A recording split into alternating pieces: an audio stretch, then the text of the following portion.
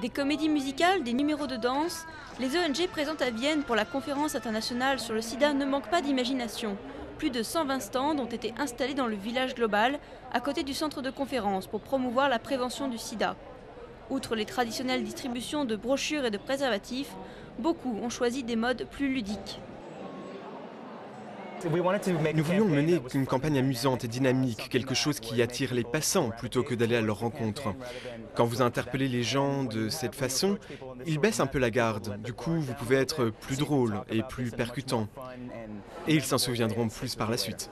Un bonhomme de glace en train de fondre symbolise la vitesse à laquelle les gens meurent du sida en Europe de l'Est et en Asie centrale. Des grands patchworks suspendus au plafond rendent hommage aux victimes de l'épidémie. Inspiré par un projet de patchwork international sur le sida, cet Autrichien incite les visiteurs à confectionner leurs propres panneaux de tissu pour commémorer la mort d'un proche. Si vous lisez les noms des personnes décédées, elles font partie de la conférence d'une certaine façon. Je pense que ça se marie bien avec la partie officielle de la conférence. Eux parlent à la raison et nous parlons au cœur. Au programme de l'agenda du village global, on trouve aussi des débats et des discussions.